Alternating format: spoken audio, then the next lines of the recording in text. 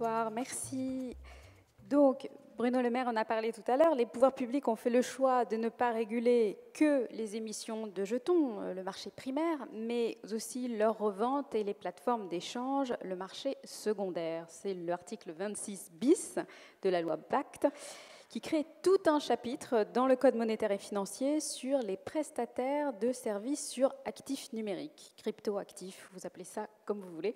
Nous avons réuni 3 intervenants très complémentaires pour en discuter. Domitille Dessertine, bonsoir. Vous êtes directrice de la division FinTech, Innovation et Compétitivité de l'AMF. Pierre Noiza, bonsoir. Vous êtes cofondateur et directeur général de l'une des plus anciennes bourses d'échange de Bitcoin en France, Paymium. Makoto Sonoda, bonsoir, de l'agence japonaise des services financiers. Merci d'avoir fait le déplacement. Alors pour commencer, Domitille, expliquez-nous qu'est-ce qui a amené l'AMF à finalement étendre la régulation aux plateformes? Alors, bonjour à tous. Donc, en ce qui nous concerne, à l'AMF, nous avons choisi de nous saisir du sujet des cryptoactifs, principalement sous l'angle des ICO dans un premier temps, tout simplement parce que cela correspondait aux sollicitations et aux requêtes que nous recevions sur ce sujet. Toutefois, au fur et à mesure que notre réflexion autour des ICO progressait, et de même notre compréhension de cet environnement, il nous est apparu assez clairement qu'un encadrement du marché primaire, donc de l'émission des cryptoactifs, pour être efficace, devait s'accompagner d'un encadrement du marché secondaire. Et ce constat figurait d'ailleurs parmi les conclusions de la synthèse des réponses que nous avons reçues à notre consultation ICO que nous avons publiée en février dernier. C'est la raison pour laquelle nous accueillons favorablement la démarche du législateur qui a souhaité proposer aujourd'hui, dans le cadre de la loi Pacte, un nouveau régime concernant les prestataires de services sur actifs numériques. Donc cela a été rappelé, ce régime a été aujourd'hui adopté en première lecture à l'Assemblée nationale. Il doit toutefois encore être discuté au niveau du Sénat et donc peut être amené naturellement à évoluer. Mais il nous semble important de souligner que ce régime qui vise finalement à encadrer les intermédiaires de cryptoactifs vient utilement compléter le dispositif autour des ICO qui a été évoqué dans le cadre de la première table ronde. Et je pense qu'il est important également de souligner qu'à travers ces 2 régimes qui sont proposés dans le cadre de la loi Pacte, la France se positionne comme étant l'un des premiers pays dans le monde à proposer un cadre complet en matière d'encadrement de cryptoactifs. Excusez-moi, je suis un petit peu perdue. Quelles sont les obligations et les engagements des plateformes? Parce que c'est assez précis, il y a plusieurs régimes, plusieurs types de prestataires qui sont encadrés. Tout à fait. Alors en effet, je pense que le premier dispositif à bien comprendre, c'est que c'est un régime qui s'articule autour de 2 volets. Le premier volet consiste en un socle de règles obligatoires qui ont trait exclusivement à la lutte contre le blanchiment et le financement du terrorisme. Et ces règles-là résultent de la transposition de la 5e directive européenne en la matière qui a été adoptée en mai dernier. Donc le projet de loi, tel que rédigé actuellement, requiert que les acteurs qui fournissent des services de conservation d'actifs numériques et ceux qui fournissent des activités de vente de cryptoactifs contre des devises ayant cours légal s'enregistrent auprès de l'autorité des marchés financiers qui vérifiera l'honorabilité et la compétence de ces acteurs en s'appuyant pour cela sur un avis de l'autorité de l'ACPR. Et donc ça concerne le socle de règles obligatoires et donc c'est le résultat de la transposition de la 5e directive. Donc au-delà de ces règles-là, je dirais que l'originalité de l'agrément, finalement, repose autour du caractère optionnel qui lui est attribué.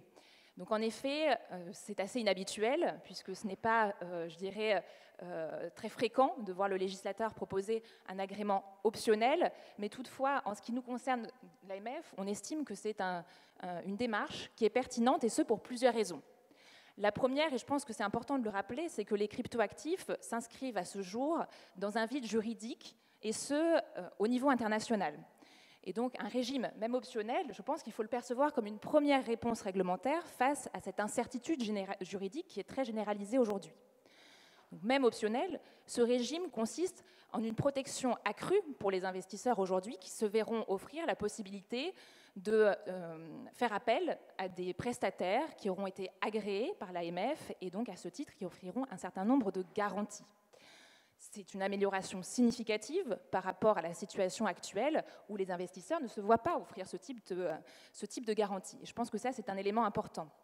Le deuxième élément, c'est que ce sera bénéfique également pour les porteurs de projets sérieux, et il en existe dans cet environnement, qui pourront s'inscrire dans le cadre d'une réglementation. Et le dispositif tel qu'envisagé actuellement prévoit de valoriser les acteurs qui souhaiteront justement s'inscrire dans le champ de la réglementation et éventuellement attirer des acteurs sérieux du monde entier.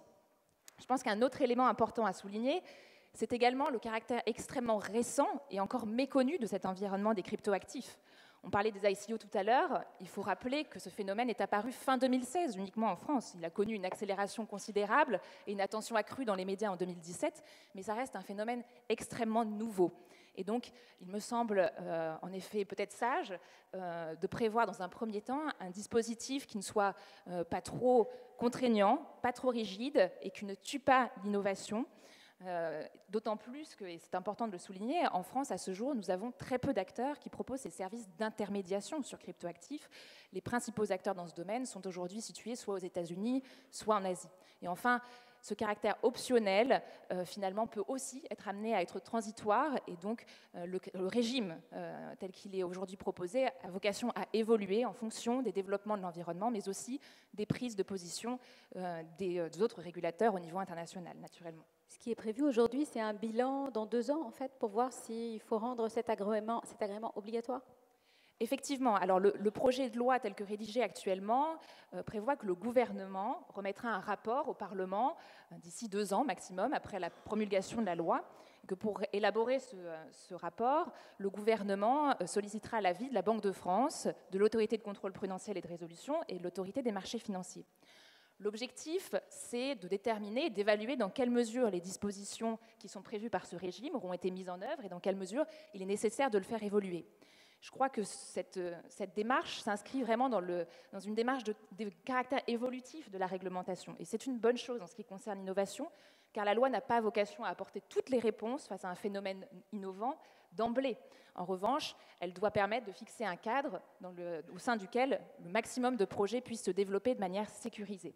Donc il est naturel de revoir dans quelques années, face à l'évolution de la structure de l'environnement et aussi face aux nouvelles réglementations qui n'auront pas manqué d'apparaître, d'estimer la cohérence et le caractère adéquat de cette réglementation.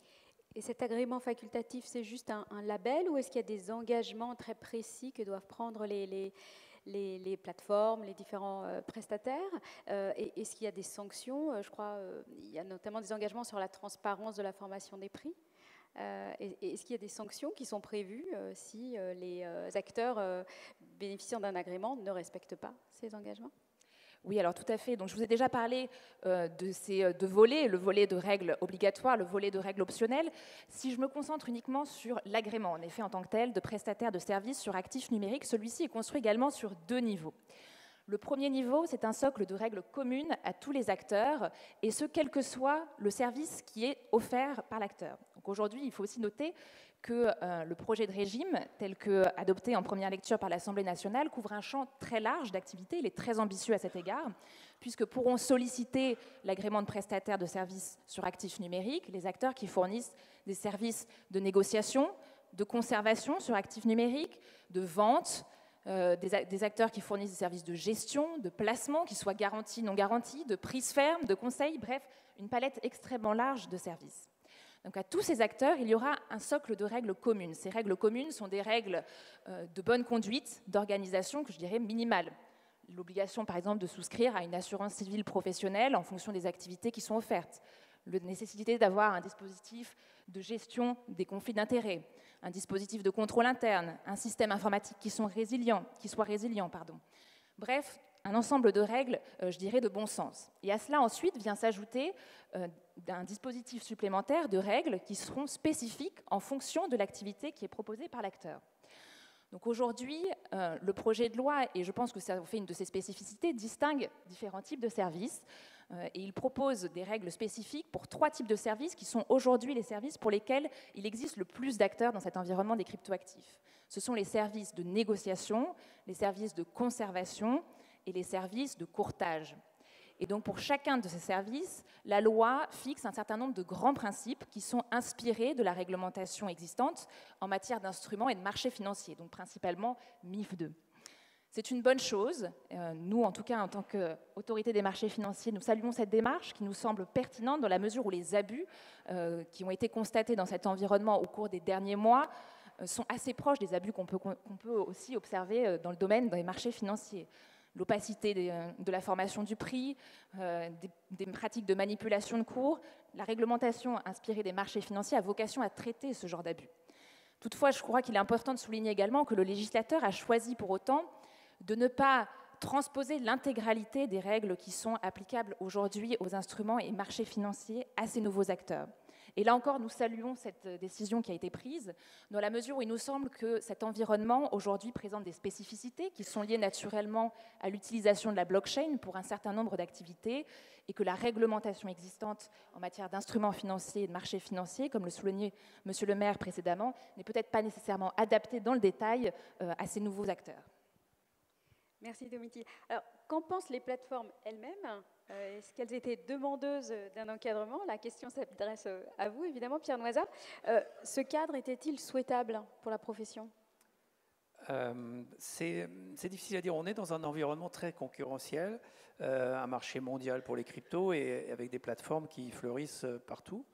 Donc effectivement, on est très attentif à avoir un terrain de jeu égal avec nos concurrents étrangers. Et c'est quand on a pu discuter avec l'AMF, c'est surtout ça qu'on a essayé d'obtenir, je dirais, hein, et de mettre en place.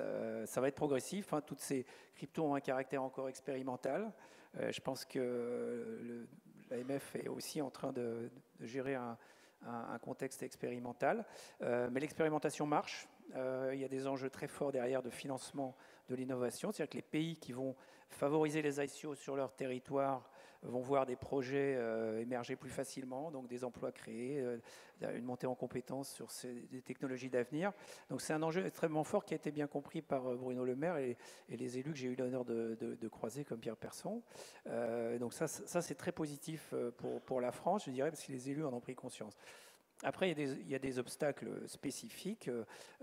Par exemple, dans les mesures citées par Bruno Le Maire, il y a la fameuse PFU à 30%, la flat tax à 30%. Bon, il y a des pays où c'est 0% en Europe, il faut le savoir. Je pense à la Suisse, au Portugal ou à l'Allemagne, on peut arriver à 0%. Donc c'est vrai qu'on est à 30%, c'est bien, c'est mieux qu'avant, hein, mais c'est pas encore ça. Donc il y a cette forme de concurrence très forte parce qu'il y a un sens de l'urgence qui s'est établi aussi parmi les pays qui ont bien compris que c'était une modification du paysage peut-être aussi importante que le web quand il a commencé à émerger dans les années 90. Il faut à peu près 20 ans pour ces réseaux pour arriver à maturité. Là, on est à 10 ans hein, pour Bitcoin et ses confrères, enfin, ses avatars. Donc, je pense que dans 10 ans, on sera à une adoption de masse. On est à peu près à mi-chemin de cette montée en puissance. Donc, on est encore tous ici dans cette salle des early adopters, enfin, pour ceux qui ont des cryptos. Je ne sais pas combien il y a de personnes qui ont des cryptos ou essayé des transactions en crypto dans la salle. Chaque année, il y en a davantage que l'année précédente hein, dans les conférences. Merci. Dans les conférences à lesquelles j'ai l'occasion d'assister, donc c'est très encourageant. Et ça montre aussi, c'est-à-dire que le prix moyen, par exemple, du Bitcoin, pour prendre cette référence de marché qui est quand même intéressante, le prix moyen croît tous les ans. Hein. Parfois, on entend en 2018, ça a craché.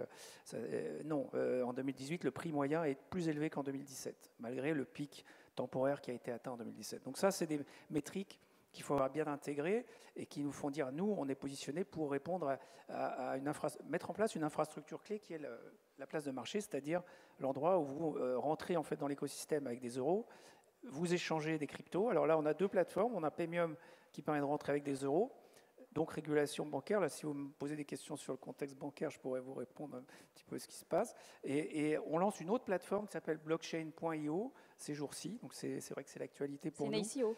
qui a fait l'objet d'une ICO qui s'est terminée donc, au début du mois. Et donc avant la fin du mois de novembre, on va mettre en ligne blockchain.io, qui est une plateforme d'échange crypto à crypto.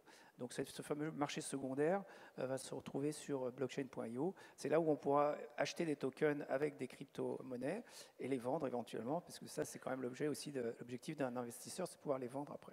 Avant de parler du droit au compte bancaire, c'est un sujet que vous aimez bien, je crois. Juste revenir, est-ce que cet agrément, pour vous, ça va être un frein au développement ou au contraire une aide? Est-ce que vous disiez vos gros concurrents, ils sont plutôt américains? Oui.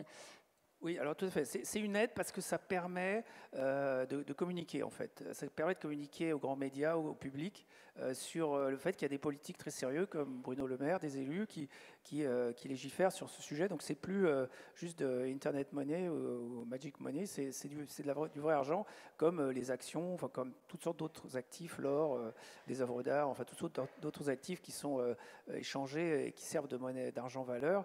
Les crypto-monnaies rentrent maintenant dans cette catégorie. Donc c'est très intéressant. C'est le principal intérêt, j'ai envie de dire, parce que, comme on l'a dit, il y a des pays qui feront toujours il y aura toujours un moins 10 ans, hein, il faut le savoir. Personnellement, moi, j'aime bien la France, j'ai pas envie de m'expatrier. On a ici des ingénieurs très compétents dans le numérique. On a réussi à avoir aucun champion sur le web, à part Blablacar, qui fait parler de son, à quelques exceptions comme Blablacar, les GAFA, ils sont tous américains. Il y a leur équivalent en Chine, mais en Europe, il n'y a pas. Donc, dans la blockchain, je pense que c'est l'occasion pour l'Europe de créer des champions européens, mais il va falloir prendre les choses de manière extrêmement, j'ai envie de dire, proactive. Et c'est un peu l'esprit de ce que souhaitent faire les élus qui se sont exprimés. Il faut savoir que le Japon, par exemple, qui est représenté à ce panel, les échanges Bitcoin au Japon, enfin avec le yen, représentent 8% des échanges sur le Bitcoin. Le dollar, c'est 80%. Et l'euro, c'est 3%. Donc l'euro, si vous voulez, toute la zone euro, pour les échanges Bitcoin, c'est l'équivalent de la Corée du Sud, un pays d'Asie. Donc juste pour mettre en perspective où on en est en Europe, on est déjà en retard par rapport à l'Asie globalement et l'Amérique.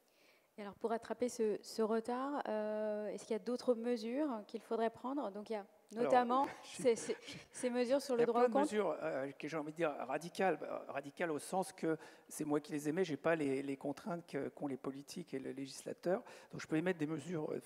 Donc il y a la commande publique, par exemple, qui est souvent un sujet un peu ignoré, mais l'État pourrait très bien dire, à partir de dorénavant, on accepte des réseaux alternatifs logiciels libres comme comme réseau de paiement pour les paiements. On peut continuer à payer en euros avec ces réseaux. On peut payer en euros avec le réseau Bitcoin, on est bien d'accord, puisque vous avez la liquidité à l'autre bout pour récupérer des euros. Mais l'État pourrait très bien décider d'accepter ces nouveaux réseaux comme forme de paiement. Les collectivités territoriales pourraient faire des ICO, je l'ai dit aux élus. Les collectivités territoriales ont peur de s'endetter à juste titre. Si vous voulez financer un équipement, vous pouvez très bien prévendre des tokens, tokeniser votre équipement municipal. Et vous aurez une communauté qui va fournir une partie du financement. Toutes ces mécaniques sont innovantes, disruptives. Ça a un côté expérimental. Mais justement, la puissance publique a cette latitude, je dirais, d'expérimenter aussi. Et je trouve que c'est un volet qui devrait être peut-être complémentaire de la régulation. Moi, je dis le droit à l'expérimentation. On doit expérimenter quand il y a une nouvelle technologie, il faut jouer avec pour se l'approprier. Le droit au compte, ça va être un dispositif efficace, a promis Bruno Le Maire. Vous avez eu des difficultés à ouvrir un compte chez une banque française ? Alors, le compte bancaire, c'est effectivement un problème spécifique à l'exchange que nous sommes pour la paire Bitcoin-euro. Enfin, l'accès, si vous voulez, des investisseurs en euros à l'écosystème. Parce qu'effectivement, les banques n'ont pas d'incitation à l'innovation. Il faut comprendre ça. La banque, elle a zéro incitation. L'innovation pour la banque, c'est du risque. Et le risque, c'est des coûts. Et la banque, elle veut juste augmenter ses profits d'année en année. Elle y arrive très bien, d'ailleurs. Les banques françaises ont fait 23 milliards de profits, je crois, l'année dernière. Donc, elles y arrivent très bien. Mais il ne faut pas leur demander de faire de l'innovation. Donc, c'est un enjeu national que les banques ne vont pas être capables ou ne sont pas équipées pour servir. Donc, on a pensé à la CDC. Enfin, certains ont évoqué la CDC parce que c'est un peu la banque de l'État.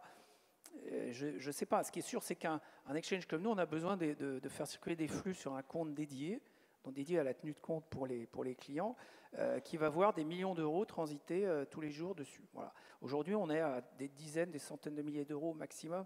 On ne compte pas en millions ni en dizaines de millions comme nos concurrents étrangers. Donc il y a bien une différence là entre les banques américaines, par exemple, et les banques françaises. Les banques américaines sont comme les banques françaises, je pense, simplement une dimension, je dirais, impériale aux États-Unis, nationaliste. Le numérique est un enjeu national aux États-Unis et ils sont prêts à faire des avancées. Enfin, ils vont faire des choses spécifiquement pour créer des champions locaux, ça c'est sûr. Et en France, on n'a pas encore cet état d'esprit peut-être. Alors, je vous propose de prendre un peu de recul et de se pencher sur l'exemple du Japon. Le pays a été pionnier en avril 2017 avec la création d'un système d'enregistrement obligatoire pour les plateformes. Alors, Makoto Sonoda, bonsoir. Vous êtes directeur de la régulation des marchés de capitaux internationaux et de la comptabilité internationale à la Japan FSA. Quels étaient les objectifs de cette réglementation et ont-ils été atteints, puisque vous êtes passé par une loi sur les paiements?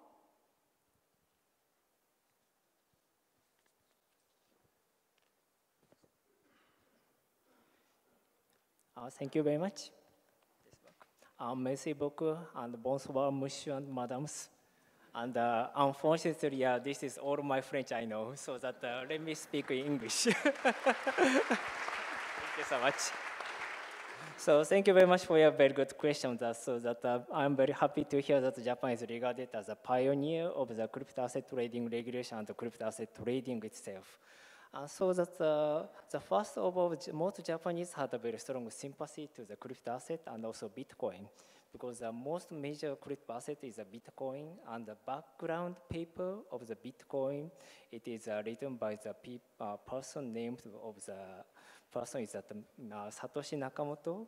And no one knows that he's real Japanese or he's a real individual, but for that reason, most Japanese had a very strong sympathy to the Bitcoin and the crypto asset. And what's the background of the regulation that Japan had introduced on last year? So that there are two reasons. One reason is that anti-money laundering. It's not only for the Japanese problem, it's usually from the request from the international regulators, especially from the FATF. So that's the international reason. And the second one is that the domestic reason. I think that some of you may have a memory of that, but there was a very unfortunate incident of the crypto asset trading platform bankruptcy in Japan. It's just the beginning of 2014. The name was at Mt. Gox. And the point is that, you know, that at that time, Mt. Gox was not regulated by any regulators, any authorities.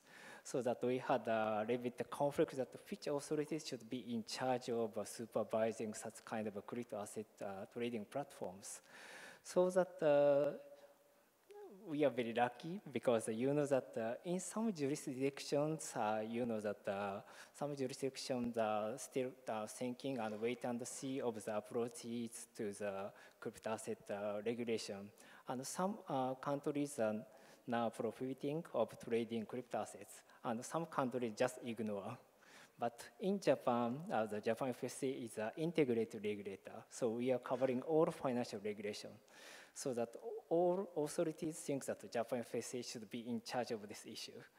So that's why we introduced a new regulation. And as you mentioned that the name of the new regulation was a Payment Service Act. That means that originally we thought that crypto asset could be used as a method of payment. So that by introducing this kind of act, you know that all crypto asset trading platforms are requested to make a legislation to the Japan FSA, so that they are now under the supervision of the Japan FSA. That's the basic background of the new regulation. Et donc les objectifs, c'était permettre le développement du Bitcoin et des autres cryptoactifs comme moyen de paiement.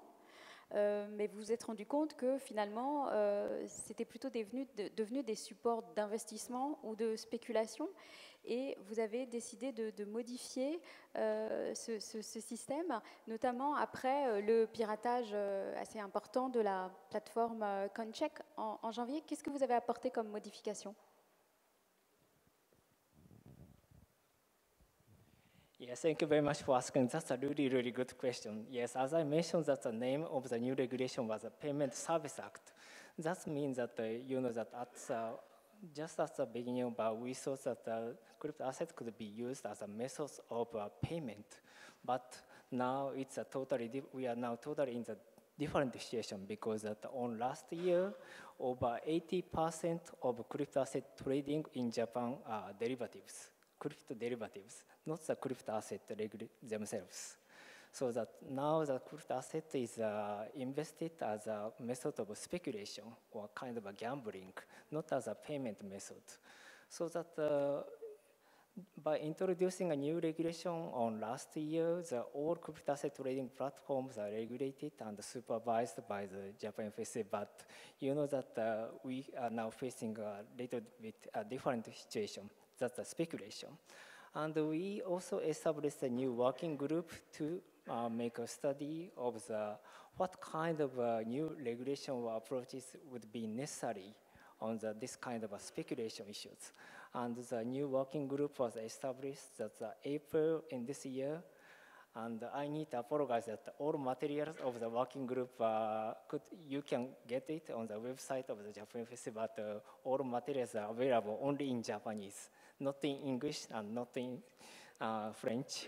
But we just, as I mentioned, we just started the discussion. And one discussion is that, you know, that we need to, some people say that we should have a very strict regulation on the all crypto asset and ICOs, that all crypto asset and ICOs should be prohibited, like as East Asian countries like China or South Korea.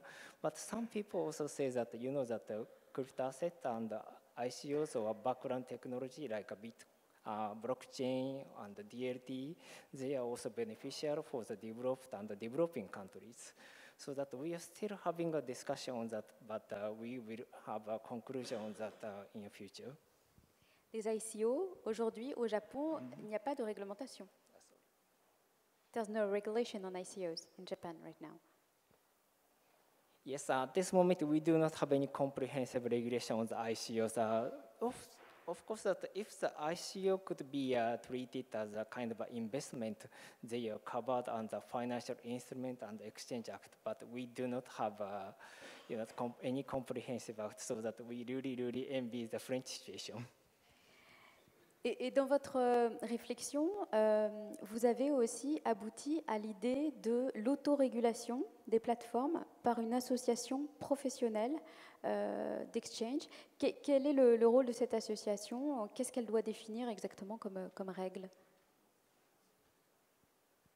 Yeah, thank you very much for asking. So that the self-regulation organization of the crypto asset trading platform was recently established just on the last month, on October this year.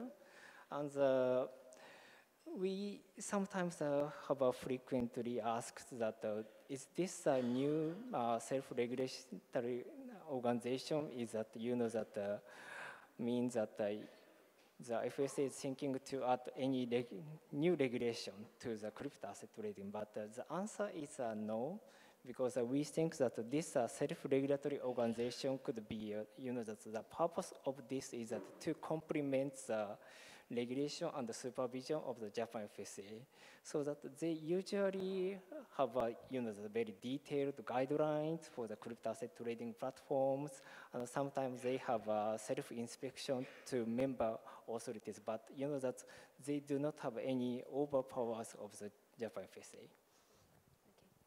Merci beaucoup. L'autorégulation, est-ce que c'est une piste qui pourrait être envisagée en France? Pierre Nozay, est-ce que la profession est assez organisée pour ça? Alors, elle est certainement organisée puisqu'elle est réduite à un seul membre. S'il y avait une association d'exchange en France, il n'y en aurait qu'un seul membre, ce serait nous. Et je serais ravi d'organiser la régulation pour le... Avec je ne suis pas sûr que ça aurait du sens. D'autres prestataires. Mais mais l'idée, quand il y en a plusieurs, oui. Mais ça veut dire que le Japon a réussi à créer un écosystème. Comme je l'ai dit, le volume d'échange au Japon est 3 fois celui qu'il est ici, donc c'est plus facile. Et c'est certainement une bonne idée. Oui, c'est une bonne idée parce qu'on est sur des expertises relativement rares qui ne sont pas forcément présentes à quelques exceptions près, comme de meeting à l'AMF.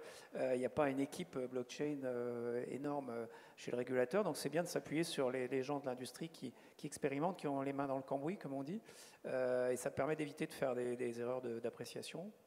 Donc oui, je trouve ça une excellente approche. Plus généralement, pas forcément sur les plateformes, est-ce que l'autorégulation, ou parler davantage peut-être avec quelques associations professionnelles, il y en a plusieurs dans le domaine de la blockchain et des cryptoactifs, il y en a certaines qui sont concurrentes d'ailleurs, mais est-ce que c'est quelque chose d'envisageable et plus généralement, comment résoudre tous ces enjeux de compétitivité? On voit bien que tout ça est lié.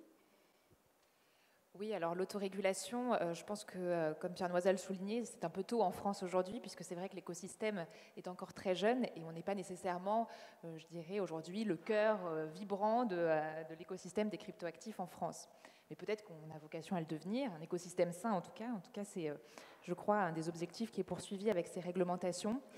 En revanche, une démarche qui s'inscrirait autour des bonnes pratiques, certainement, ça pourrait être quelque chose qui devra être exploré, puisque, comme je le disais, la loi, puis le cadre réglementaire n'aura pas vocation à adresser l'intégralité des questions qui se posent aujourd'hui avec l'univers des cryptoactifs. Donc, certainement, il y aura peut-être du droit souple à chercher de ce côté-là. En termes de compétitivité, je pense que cette démarche autour des cryptoactifs, il y a aussi la démarche qui a été mentionnée par Monsieur le maire autour de l'ordonnance blockchain, du décret blockchain, donc c'est-à-dire le fait de pouvoir permettre notamment de représenter et de transférer des instruments financiers via une blockchain, ce qui est une nouveauté qui mérite d'être notée, puisqu'il me semble qu'à ce jour, nous sommes le seul pays qui sommes en train de travailler sur cette question-là. Ce sont deux exemples de choses très concrètes qui ont été, sur lesquels on travaille aujourd'hui d'un point de vue réglementaire et qui vont permettre, je pense, de positionner la France comme étant vraiment un précurseur en matière de technologie blockchain. Au Japon, est-ce que la blockchain est dans l'équivalent du code monétaire et financier, la possibilité de transférer des titres sur la blockchain ?